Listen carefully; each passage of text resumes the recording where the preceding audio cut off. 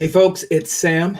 I'm live here on Monday, September 20th, 5 p.m. Pacific time. And I'm doing this live update about the full moon in Pisces. It's in Uttara Bhadra Nakshatra. And it's happening up here, like right now, or it just sort of happened here, or it's happening as we're recording this. And it's a very important time, not just as all full moons are, but this is also an important one that is called the Pitru Paksha, which is a time to celebrate our ancestors and other things I'm going to be talking about. Now, in addition, I'm also wanted to let you know that I have a web class that is also that I'm doing right now that talks about the end of the year and the important shifts that are coming up between now and the end of this year. And you can just go to that website that says endoftheyearastrology.com, and I'm doing this class on several of the important shifts that are left, including the Jupiter retrograde back into Capricorn and then into Aquarius, which is going on. Also, the Mercury retrograde cycle that is coming up on September 27th until October 18th. Then also the Mars combustion cycle that is still happening until the end of November. Then there's a solar eclipse in Scorpio on December the 4th at the same time that Mars goes into Scorpio and is joined Ketu. So again, there's quite a bit still left this year, and we're, in September. Time is going fast, September 20th. And so we still have a lot ahead for this year, and it's some good stuff. This Jupiter going retrograde back into Capricorn from Aquarius, again, is showing some very specific things. Then again, it goes back into Aquarius later. Then we have the Mercury retrograde cycle, quite auspicious in the sense that it's between Virgo and Libra, which are two auspicious signs. Then the eclipse at the end of the year in Scorpio. Again, Ketu is very powerful there. It's also going to be joined Mars. So Mars and Ketu in Scorpio, bringing up the end of the year. Again, Ketu has been in Scorpio, but that eclipse and also the transit of Mars there really portends especially a lot of spiritual power, a lot of yogic power for those of you who are yogis and spiritual people. That would be all of you though, right? You're all yogis, you're all spiritual, right? Yeah. I hear it all the time. No, anyway, so I'm going to be nice and friendly today. I'm in a good mood. You see, I shaved and got ready for you. I usually look like a total slob, but I planned on this one a little bit. I still look like a slob. It's unavoidable. But anyway, so let's get at it. We have by the way, I'm going to also be taking some questions at some point. Again, like I say, I'm in such a good mood. I don't know why. I have no reason to be, except for I'm still breathing and living. And, sometimes that's something, isn't it? Let's be real. So I'll let you know when we're going to be doing some questions, and then we'll go to it. So I really want to talk about a few key principles here, particularly the principles of full moons, why they're important, what we're really working through, and especially the concept of this particular one that's called Pitru Paksha, and the honoring of our ancestors, and the whole concept that on full moons, it's actually the beginning of a cycle of letting go. Okay? And when we have the new moons, like we just had the recent new moon in Leo, that's when sun and moon came together, and that starts what's called Shukla Paksha, or the waxing cycle of the moon.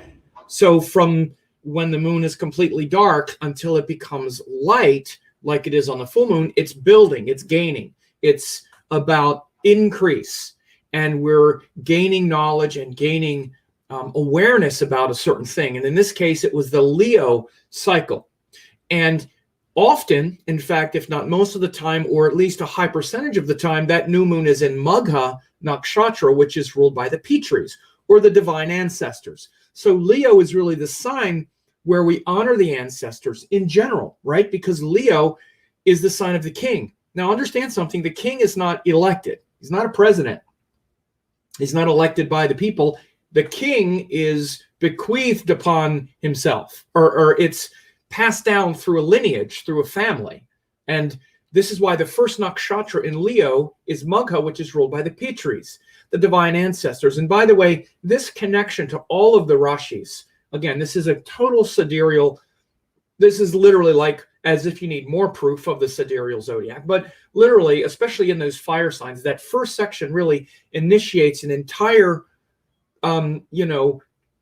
section of the zodiac. And you can tell that first nakshatra of a Rashi, particularly these fire signs, the origin of the power of Leo is Magha and the Pitris. The king is not elected. It's bequeathed to him by his family, by his lineage, by his ancestry. That's why Magha is in Leo, right? Again, if you're following tropical, it's now gone into Virgo. And again, it literally makes no sense. This is one of the examples where you definitely can see this without any kind of slop. It's obvious. So really, in many ways, the archetype of Leo energy is the concept of Magha and the Pitris, that the king is, it's part of his ancestry. You, as an embodied being with power, also have an ancestry. You have literally a family in this lifetime, but more than that, you have a lineage which comes from a spiritual, a spiritual heritage. So I'm bringing this up because, again, the archetype of Leo, in many ways, is really this concept of lineage and of ancestry. So the waxing cycle of Leo, which is when this cycle began, is the archetype of ancestry, of our legacy.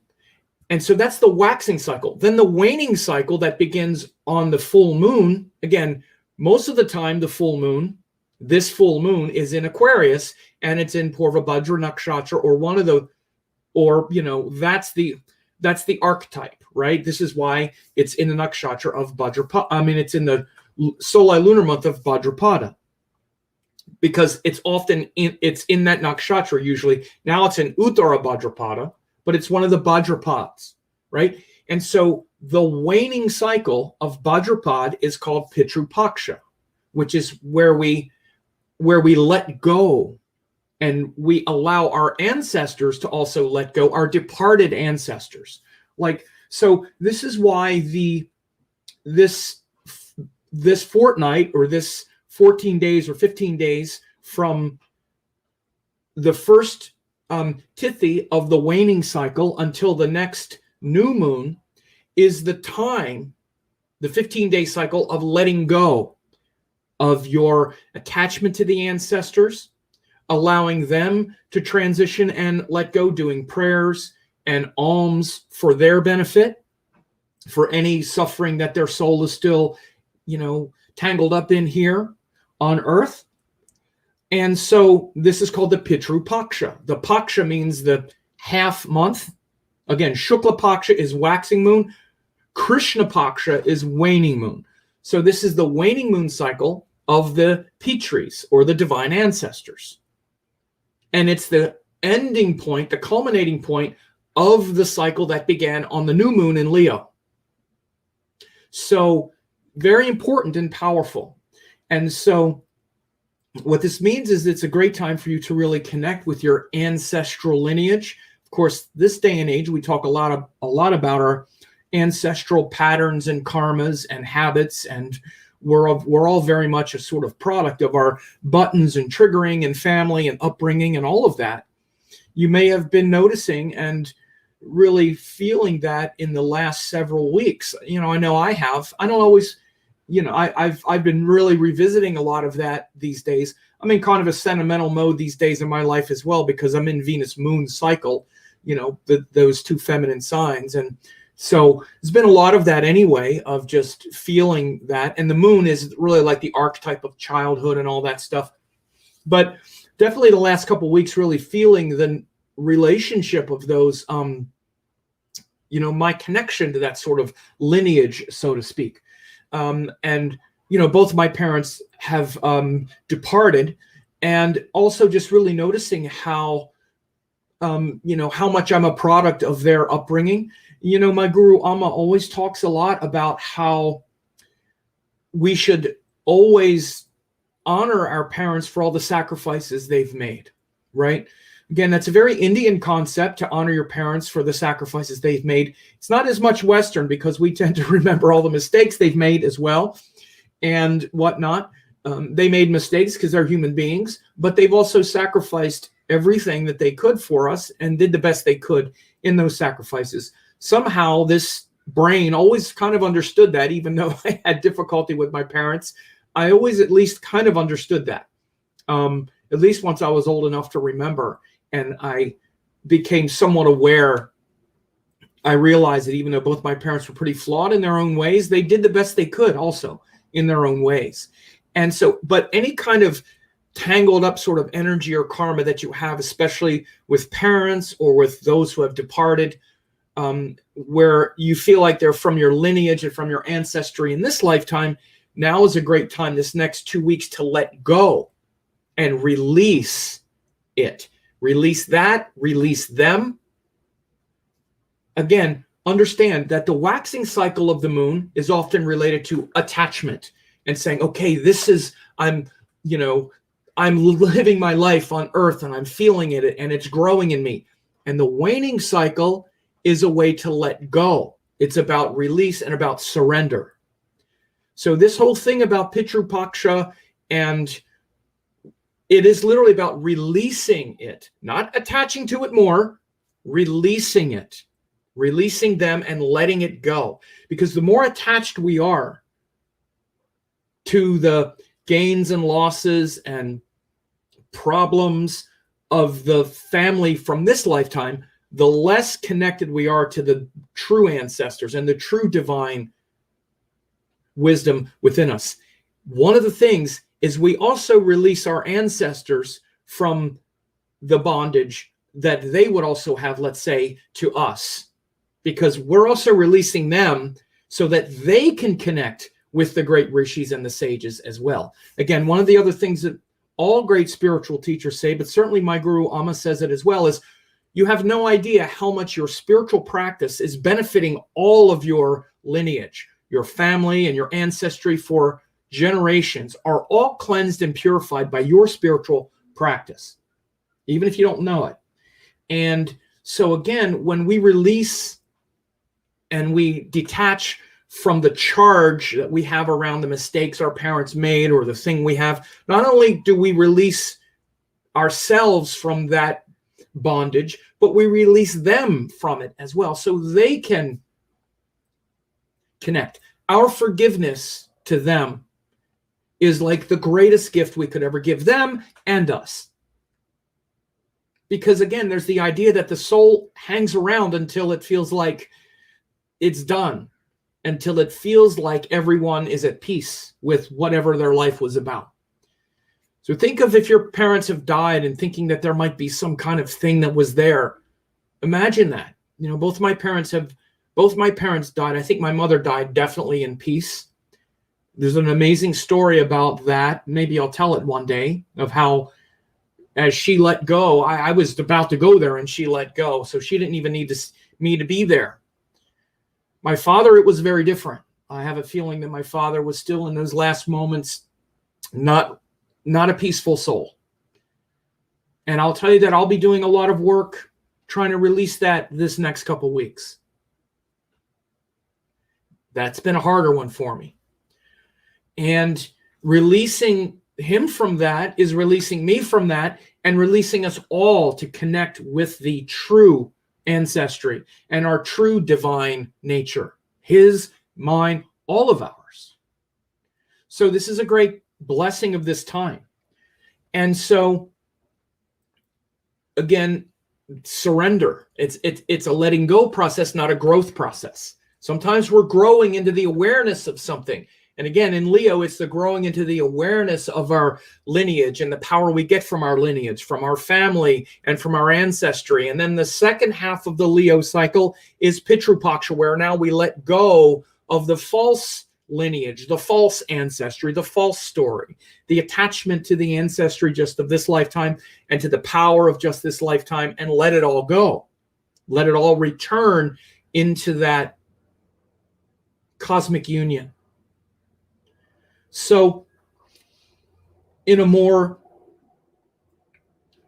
larger concept, we can look at this chart here and see how at this moment, again, I'm doing this on September 20th at about 5 p.m. This is 4 p.m. But we see that the sun is in Virgo. And again, you see this opposition. Full moons are this kind of opposition where we have a lot of energy on one side. Right now it's in the Virgo energy where we have Sun, Mars, and Mercury. Mercury at the last degree here, but we still have the sun on one side and the moon on the other. So there's this pulling between the Virgo-Pisces axis.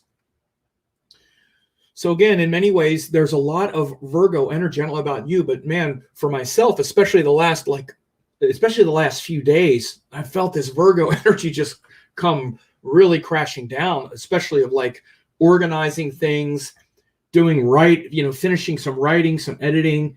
Really just felt compelled to and kind of obsessed over all this Virgo energy. Sun and Mars are both there, and also exalted Mercury, although Mercury's at the last degree now. But we see where there's a lot of power around the Virgo principle of details, order, getting things fixed and arranged. I just had some work done here in my condo I had some cabinets ripped out. This was last week. Suddenly, I just needed to do something with my kitchen where I had too many cabinets and this whole structure around my refrigerator and all. I don't need to go into it, but I was like, I called someone on TaskRabbit and said, can you come and do this tomorrow? And he came over and ripped it all out. And, I just got tired of looking at it. Went online and ordered a kind of makeshift table so I could have more counter space, and just, so did some painting and other stuff, really just kind of Virgo, Virgo on overload. And it's funny because the previous couple weeks I had been really very much into a Leo mode, like playing a lot of tennis and really physical and really out there. And it's kind of like last week I only played like 2 matches and I really wasn't as motivated at all as I had been, especially for the previous month or so of being very physical, which was all that Leo energy. Virgo was like, okay, get this house worked out. And Roxanne says, Sam, Virgo, 4th house doing a remodel. Yeah, that's right.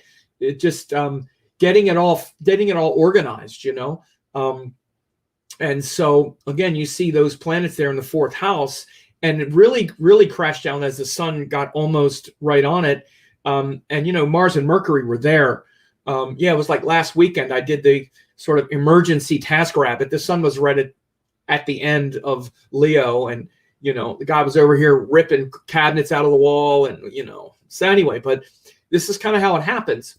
But so we're a lot of Virgo energy right now. But the other thing that also is finishing these books. I have like 2 or 3 books, particularly one that I really need to get done, and just went like a lunatic this weekend. And for the last few days, like all these illustrations and just like, I can, when I want to, I can be really obsessed over all of those details. And I'm glad when it comes because, I can often have a lot of different ideas and have them all at a certain point, but then that hard work and to finish them is really sometimes the thing because I have more Gemini than Virgo. So, but anyway, maybe you've seen your version of that where it's just been very important to be thorough and focused on certain particular details and get things organized and really drill down into them.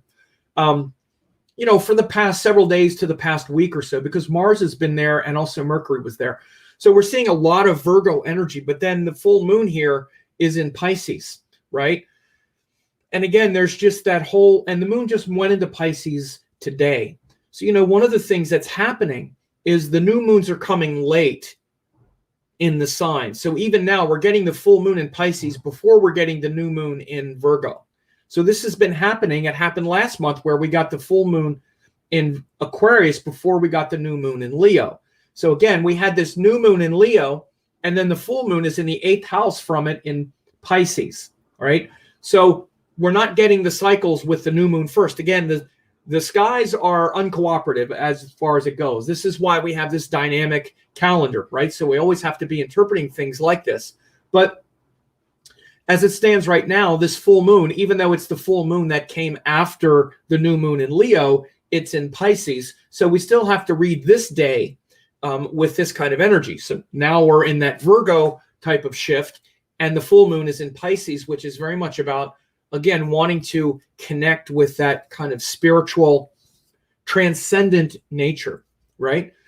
And this is why it's also very rich and very ripe relative to those things I was just talking about, which is those peat trees and those divine ancestors, right? Because not only is it this Pitru Paksha, which often happens when the full moon is in Aquarius, but now it's gone into Pisces, which is really that sign of transcendence. So it's very active in your mind right now to be tuned into those things that are beyond the realm of matter and even the realm of social interactions and all of that.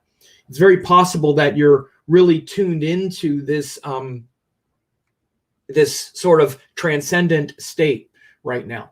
And of course, that quality of Pisces is the opposite of Virgo, which, opposite all of that, sort of tangible, getting cabinets ripped out of the wall and spackling the ceiling and painting and, all of that stuff of very practical, tangible things in my house. And very detailed work, even of like writing and all of the stuff that I've been doing, editing and making graphics and doing layout, all this Virgo stuff. Opposite that is Pisces, which is this kind of mystical, expansive, sort of nature. And by the way, I think one of the biggest reasons why, especially I've been very drawn to work on these books, which, they're astrology books, but I've also been very inspired to take all of those abstract concepts, which is very Piscean, and put them and really nail down the tangible form and the hard work, which is the Virgo. So it's often, much easier for me to have the big concept because I also have in my natal chart, I have Jupiter in Pisces, but then I have all these planets in Gemini. So it's Pisces and Gemini and not enough Virgo to get in there and do the hard work to kind of nail it down much more. So this Virgo transit has been helpful for me. But we can see this sort of correlation and even sort of false choice at times, or this choice or this sort of tug of war between the details and effort of Virgo and the abstraction and mysticism of Pisces, right? I did a recent class on this idea of shadows and whatnot. And this is kind of the way it works, because again, one of the things that happens when we get two things opposite each other is it creates an extreme, one extreme or the other. And it often feels kind of like a false choice between Virgo, which is all the details of the world, or Pisces, which is where none of that matters anyway. Everything is in the abstract. So particularly if you have planets in one or the other, like in your natal chart, if you have a lot of planets in Virgo or Pisces, or if you're a Virgo ascendant, Pisces ascendant, whatever you might say, there's going to be an extreme more toward that end of the spectrum, right? Or if you have, even if you have the opposition, it'll be a kind of tug of war between, do I pay attention to all the details or do I pay attention to the bigger picture? Like I said, with me, I have a very prominent Piscean energy because I actually have Jupiter there. So Jupiter is the ruler. So that whole abstract thing is very clear to me, like the whole abstraction of the big concept. But the Virgo part, there's nothing there. And, it's like, but bring it down to earth, dude, bring it into a form. So I can do it, but it's not as easy. So sometimes this is the choice that gets set up between opposites. And so, one of the good things to do with with any kind of opposition is, find the kind of things that bring it together. Like I said, something like doing something creative or something literal and practical and, detail oriented, like I'm saying, writing, or even doing something like some work around the house or something like that, but with a bigger picture in mind, like a higher creativity or something inspiring. Bringing those two things together utilizes both skills. Like, for example, writing and editing a book, which is Virgo, on something like astrology. Oh, okay, that's why I'm like, yay, here we go. Let's do it now. I'm really feeling it. Or like, say, even doing like some home renovations, but a lot of the home renovations also have to do with things that are somewhat creative. Like I have to paint some stuff. I had to do some, there's a larger concept involved. And that was kind of driving it too, because, I got tired of being limited by certain things. And I imagined, okay, it's going to be good to get these cabinets out, get another thing in there. And now I have more space. So again, on a personal level, like, this is why maybe you can see in your life where there are certain activities that kind of bring together both the literal details of Virgo and the larger themes of Pisces. Roxanne even just said, been organizing my astrology books in office. Yeah, that's a great example of how we're naturally kind of, we will naturally kind of gravitate to these things, but it's interesting to look and see, oh yeah, that's why we've seen this. We see Jenny Lynn says craving organization. Yeah. So again, you can see the sun just went into Virgo. So we got 26 days to dial in the organization, right? And so in another context though, what I just mentioned about Pitru Paksha and ceremonies and things to do right now, Virgo Pisces is very much about spiritual practice, very much, because Pisces is that larger metaphysical reality, literally that we are metaphysical. You see a physical body right now, but inside I'm actually a spiritual being, and so are you, aren't we? And that part is not physical, it's metaphysical. You should know meta means like beyond physical. Some metaphysics means physics beyond the physical, right? That's what metaphysics means. Something that's meta means it's extended beyond itself. So Pisces is like metaphysical, and Virgo is in many ways kind of physical. Like instead of metaphysical this way, like extended beyond, Virgo is somewhat physical and almost metaphysical, but internally. It's taking the physical and going inward and getting all the details of the physical. So how this relates to spiritual practice is that Pisces is the part that senses all that stuff I was just saying, like about the Pitris, the ancestors, the eons of time, the transcendent nature of our existence, which is beyond just this body. Pisces is the part of us that senses that. But then how do we bring that into this experience? And not just this physical body, but this consciousness. Because the physical, everything that's going to be a transcendent experience is going to be cognized through the body-mind structure. And that Pisces energy of wanting to just transcend it all is going to need to be brought into an experiential form. Like, to make it more simple, this is what meditation is. Again, you can connect to something transcendent very easily. You can get drunk and take drugs or do something and just chemically kind of just leave. Or you can watch TV or get into a fantasy novel and just kind of, but it's not meditation. Sorry, it's not. It's not sadhana. It's not spiritual practice.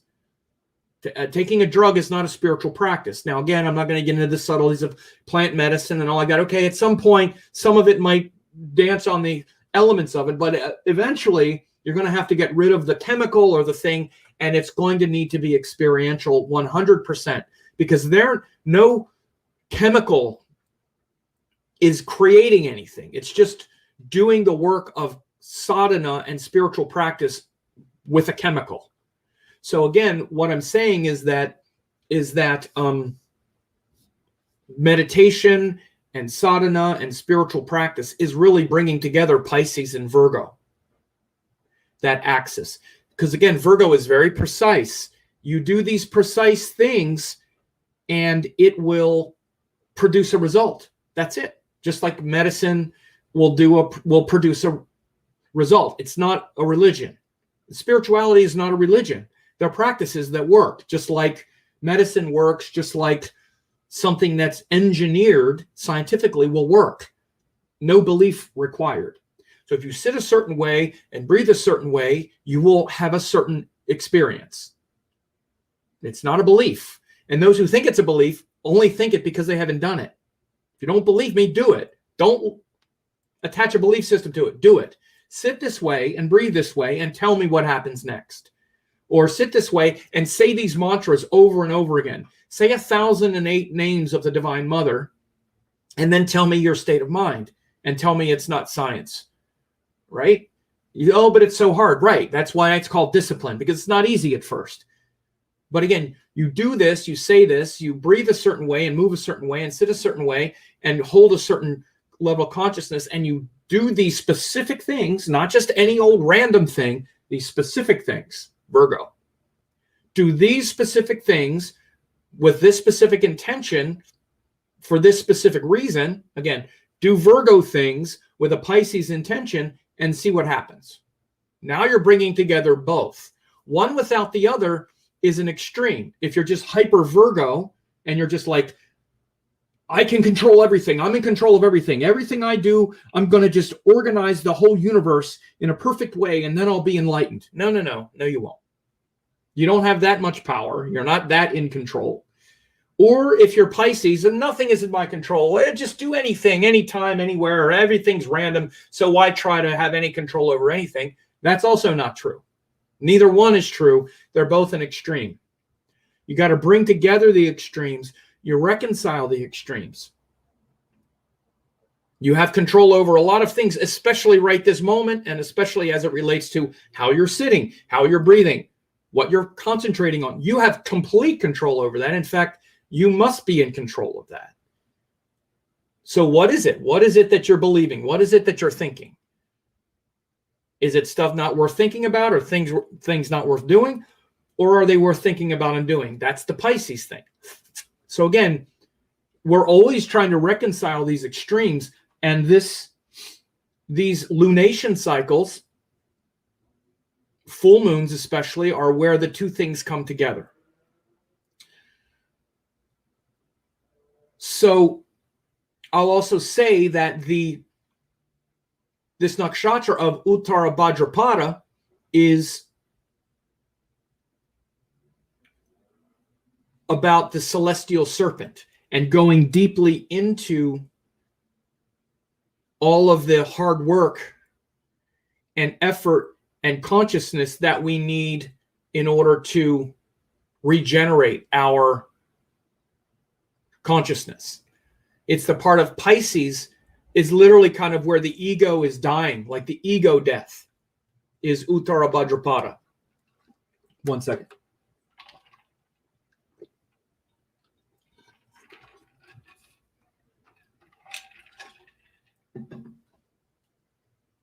We have the front legs of the cot in Purva Bhadrapada of the deathbed. And then the back legs is Uttara Bhadrapada that are in Pisces. So this is literally where the ego goes to die, the ego death. And Uttara Bhadrapada, ruled by Ahibudnya, one of Shiva's assistants, who takes the soul to the source, all the way down into all of the murky depths of emotional confusion and the desire to want to just bypass it all and just kind of tune out and get into like, oh, metaphysical and cosmic, because it's hard. It's hard work. There needs to be a lot of emotional courage and fortitude, and it's very much a Shiva energy in this nakshatra. Ahibunya is one of the serpents, the celestial serpent, paired with Aja Ekapada, the deity in Purva Bhadra, and it's trying to bring that emotional courage and focus. When you see serpent, look at what a serpent does. It can go down into these holes. It's hidden, but it's got a lot of power, a lot of hidden power, poison, but the poison is also an elixir. So this is also very much that kind of, that spiritual power of Pisces is to stay engaged, to stay involved, and not just bypass all the emotional difficulty. Again, many times Pisces, we always need to be careful with like laziness and complacency and escapism and just finding ways to escape and to just be comforted in our escapism. So instead of escape, it's very much about surrender, and also, again, having the courage to delve deeply into our need for transformation. If people want to ask some questions, you can go ahead and do that. I'll take some questions. Again, I also just wanted to remind for those watching that that there is the web class that I have of this, where you can, it's free to register. Fall and Winter 2021, great challenges and opportunities. Again, what it says here, align with higher purpose and inspiration, which is the Jupiter transit. Communication, which is the Mercury retrograde. Deeper hidden power is a lot to do with the nodes and the eclipses.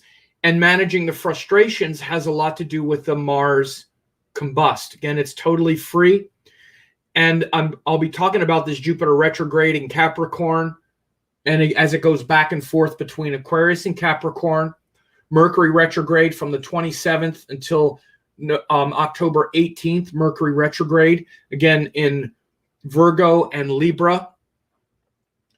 Mars combustion until, again, the end of November.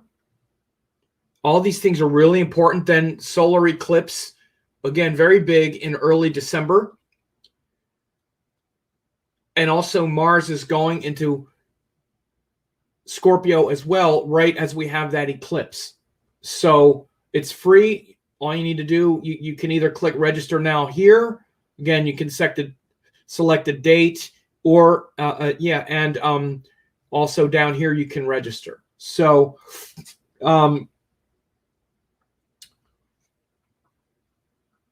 so we have some, Wendy says, how can we release trauma bonds sustained by our family ancestors? Well, start with, again, it's about gratitude.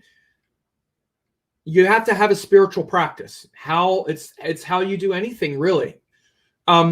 There's, again, sometimes people recommend, there are certain deities that are supposed to be evoked here and there. Again, these are more Indian in nature, but how you do it is one of the main things, in my view, is you have to forgive. You have to forgive. You have to, again, you have to connect with the heart. Everything I actually just explained, at least as far as what you have control over. When you connect to the heart through some kind of devotional practice, and you hold in your mind and consciousness the spirit of those who sacrificed what they could for you, the best they could do it, that's the beginning. And again, just like you want to be forgiven, I think forgiveness is the biggest part. I avoid talking about elaborate rituals and stuff that people really aren't able to do most of the time, like offering things in certain ways. Connecting with your spiritual practice, if you have one, is the best thing, and your beloved gurus, and allow them to be the guides, are the best ways. That's why people have a guru. And again, everything is about devotion and love and forgiveness and compassion. You're basically saying, how can I have forgiveness and compassion? Well, again, I don't know. I'm not a guru. You have to cultivate this. And I can only give indications of what it might be, but those are always the simple directions that gurus give. They give that direction, and then they say, do your spiritual practice. Again, nothing happens without spiritual practice. If you're just living through your emotions and day to day and just the same thing, and you don't do anything different, then nothing different will happen. So again, that might not be the greatest answer, but you have to do something different to get a different result. But the answers to everything are really quite simple. They boil down to the same things. And I explained them earlier, it's about letting go. So again, letting go, compassion, forgiveness, knowing your true nature. You're not just of this earth, neither are they. They did their best, even though there were problems. You do your best, even though you make mistakes. So those things are often they're easy to say and hard to do, but that's why we have spiritual practices and gurus and things that we need to do if we're going to get a different result. I'm sorry. Combustion sounds scary, particularly being in Mars with so much Scorpio around it. Yeah. So I have a web class that I also did on Mars combust. And so the combustion is a purification, and you're free to look at that. You can just look at let me see. I think it's just Mars. If you go to marscombust.com, I explain Mars and the combustion. I'll just put it in the thing. marscombust.com. You go there, you can learn more about Mars combustion and what combustion is, and how to not just have things be scary and not learn anything, because that's what it's about. That's the website there. Sam, I'm an Amma devotee. I live with trauma, and it can halt or cause roadblocks to my spiritual practice. Is there a remedy for this? Well, if you're an Amma devotee, do what Amma says. Better than being an Amma devotee than a Sam devotee. So that's why I quote Amma. If you're an Amma devotee, do what she says. Do the sadhana. Do the mantra. Be devoted. There you go. Actually do it. So people say, and again, I'm not trying to be glib, but it's like, I don't have any special answers for that. I actually do what I do what she says, not just what she says. I'd been doing the practices for a long time, but they didn't have the effect until I met a great Satguru, a great being. One of the things that I do is I say the mantras, for one thing. I say the 1,008 names of the Divine Mother, usually every day or close to it. Try it. Try it. Do you really want something to be different? Then do it. I know it's hard at first, but do it anyway. How much do you want to change? How much do you want it to work? They don't say the 1,000 names of the Divine Mother at every Amma program, usually twice a day, for nothing. They do it because that's what we're supposed to do. So do it and see what happens. And yeah, I know it's hard, but there are ways. And once you do this, you'll see how things change. If you don't, then things don't change. It's pretty simple. That's why, I say often about meditation and spiritual practice that if someone were to tell you that there are simple things that you could do every day, it's hard at first, but if you do them, all your answers will be, all your questions will be answered. You'll be healed and all that. Would you do it? People say, absolutely. What is it? What is it? Then you say it, you tell them, and they don't do it. So we know what to do. We just don't do it. So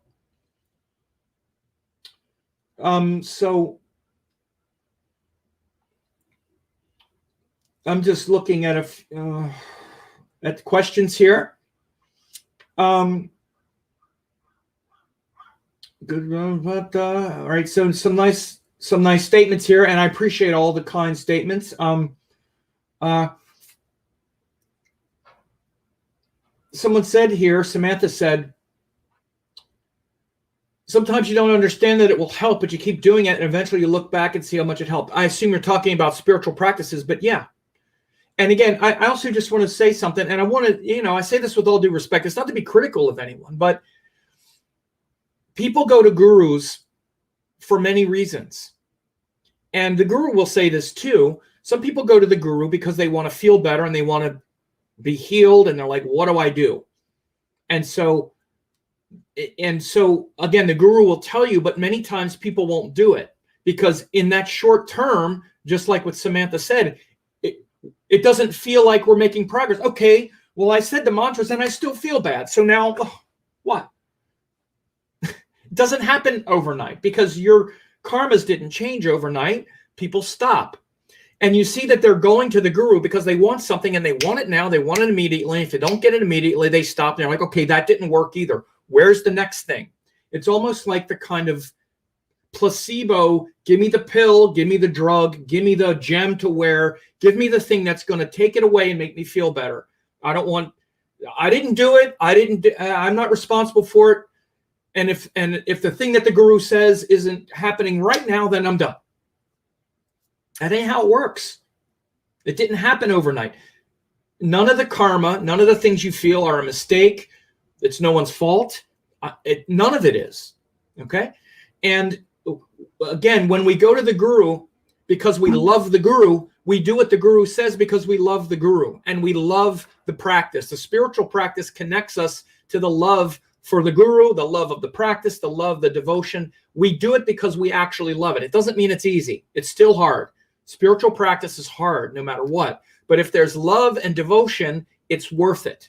Just like a mother's love for a child or something that you love that you're willing to sacrifice for and that you're not going to give up on just because it's hard or just because it doesn't give you the thing you want right away. Nothing pays off right away. That's why Saturn is so powerful, because it's the power of our commitment to be dedicated, to be humble, and to concentrate on something because it's worth it. Again, is it worth it or not? There's no mistakes. Again, we try something, we tried a couple times, it's hard. Oh, I don't like this. Okay, I'm not doing that now. Well, then that's the result you're going to keep getting. And often what happens is we won't do it and concentrate hard enough until we hurt bad enough. We'll eventually do it, but we'll do it after we're in so much pain that we have no choice anymore, sometimes, unfortunately. But it doesn't have to be that way. Then there's another way to do it, which again has to do with things like yoga and gurus and bhakti and devotion. And again, then we can do these practices with love instead of doing them at the point to where we're so racked with pain that, we're suffering so immensely. You can also do those spiritual practices with love and devotion and joy. And then you're always kind of ahead of it. And then even with whatever happens, that it's happening through the unfolding of grace. So this is the range. So what Samantha said here is true. Just because we try it once and it doesn't work, we can't always tell.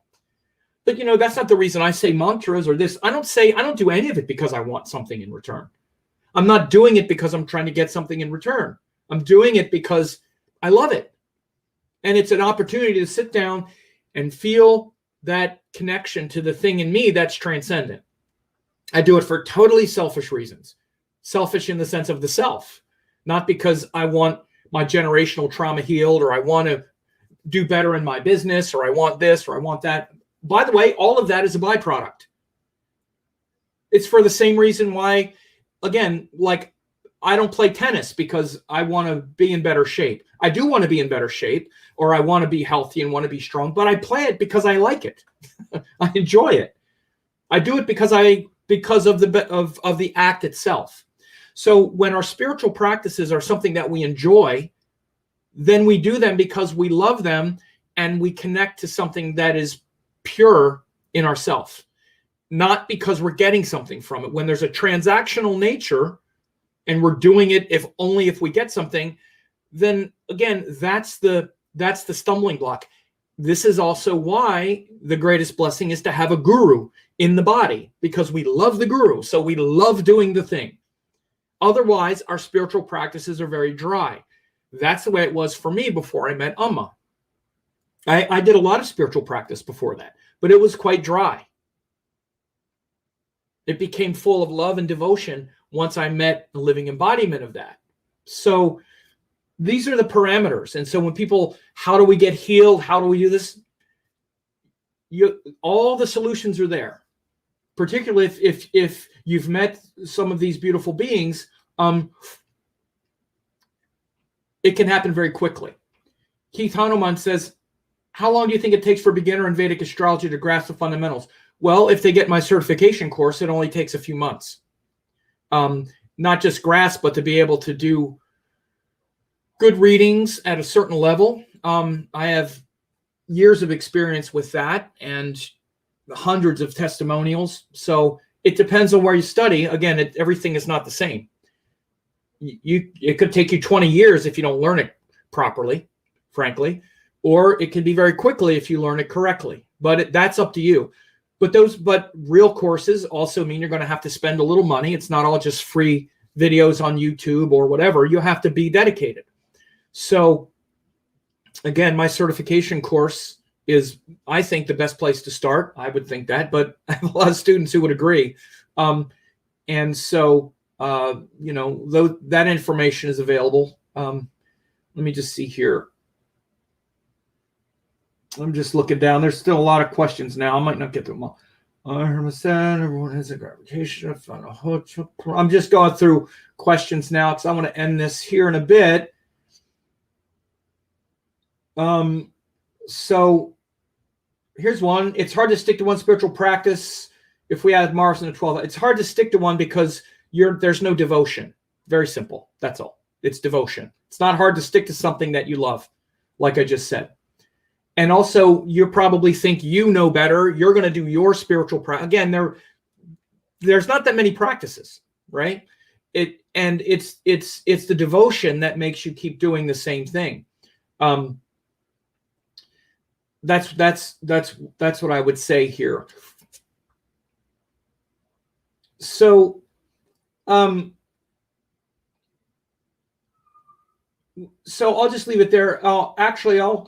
Here's a good thing. And Chelsea just said, Amma's white flower meditation is really helpful too. Yeah. So Amma does a meditation where we imagine white flowers of peace falling all over the world. This is a meditation that she started a few years ago to visualize peace in the world, because she knew there was going to be there was more and more divisiveness even before COVID and all that stuff. So again, a great being like Amma is dialed in to the source. And so anything that you find around a being like that is going to be really connected to the source. And so that the purity of that intention, and your relationship with that being is going to be is going to give more clarity and insight, wisdom and healing than anything you can figure out on your own.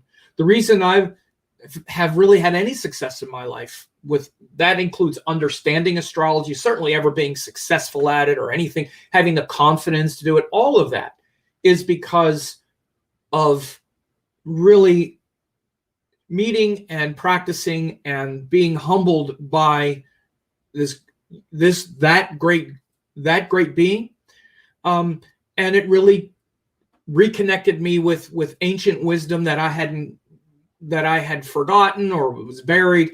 Again, when you connect with a true master and your true soul, all this stuff wakes up. All the rest is your ego. And you're nothing but ego except for that pure connection. It doesn't have to be to a guru, but it often is, because our ego is so heavy and so dense. You don't even realize that's what it is. That's why I say you're all ego. It's not like, well, I have an ego and I also have a this. No, it's 99.9% ego all the time, except this one little glint that comes through once in a while. And if you can expand that, then you can actually start operating from a place that's not the ego. So all of the stuff we think we're doing and the stuff we tell ourselves that it's hard, how do I do this? How do I do that? It's all the ego. The ego is just that sense of separateness that's giving you this idea of what's real. And you thinking, oh yeah, this is what's real. This is what's possible. I'm this. This happened. Oh, no. None of that is real. It's not ultimate reality. It's all Maya. And so nothing changes until authentic spiritual wisdom happens. And that doesn't happen until you actually start doing the spiritual practices, the sadhana, the spiritual practice. You don't have to have a guru to do it, but it makes it very easy because then there's love and devotion. It's not like I just said before, like, well, I'll try it as long as it works. As soon as it doesn't, I stop. That's nothing but ego who wants what it wants. So again, and I'm not trying to insult anybody, I'm really not, but there's really no other way to say it. I just have to say it. And again, I'll be honest, I'm 99.9% ego as well. I'm absolutely blessed that I've managed to once in a while step out of it for brief moments. So again, you can find Amma. I'll put the website here because I'm talking about her a lot. Amma.org is her website. And again, she's an amazing being. There's meditations online. You can listen to her bhajans, the talks, organization, the all kinds of things online that you can see and where you can do meditations and you can learn. There's all kinds of ongoing things. And anyone who doesn't know of her or whatever, check her out. But there are other beings as well. There's Sri Ravi Shankar, who is also another amazing Indian guru. I've had the pleasure of meeting him as well. They actually published my book. I have to say it because I am very happy with it. This book was published by, you see that thing that says Art of Living? That's his organization. They published my astrology book. There's other great Indian teachers as well that teach pure meditation. This is how you know it's the real wisdom, because they're not just saying things to try to make you feel good. They have these meditations. They have these transformative spiritual practices. And again, they're not hard. But you have to do them. Just like it's not hard to brush your teeth, but you got to do it if you want teeth. If you're like, I don't like the taste of this, the hell with it. Well, you're not going to have teeth in a year, right? So it's not that different, right? So if you want real transformation, you have to do something different, right? So we'll leave it at that. And the main thing to focus on is this is that great fortnight of the ancestors, Pitru Paksha, where we can release the attachment, the difficult attachment to our ancestry, to our lineage, parents, release them from their karma with us from our karma with them, not in a negative way, not in a bad way, in a loving way, and in a spirit of like, I love you and I appreciate all you did. You're not perfect, I'm not perfect. We're all divine beings doing our best. And release them to the divine ancestors. Release yourself to them as well, to the great teachings, the great wisdom teachings, which is your true lineage and their true lineage. Within that, there's also this choice between the Virgo Pisces axis of creativity and details and aligning and uniting these energies. And again, this possibility of going deeper into our spiritual practices through that nakshatra of Uttara Bhadra, the celestial serpent, dig down deep into that heart and that compassion. This could be a very transformative month for you, especially as it relates to releasing and reclaiming your rightful place as well. So I thank everyone for showing up. I hope the Q&A was good and that you all enjoyed it, and we'll talk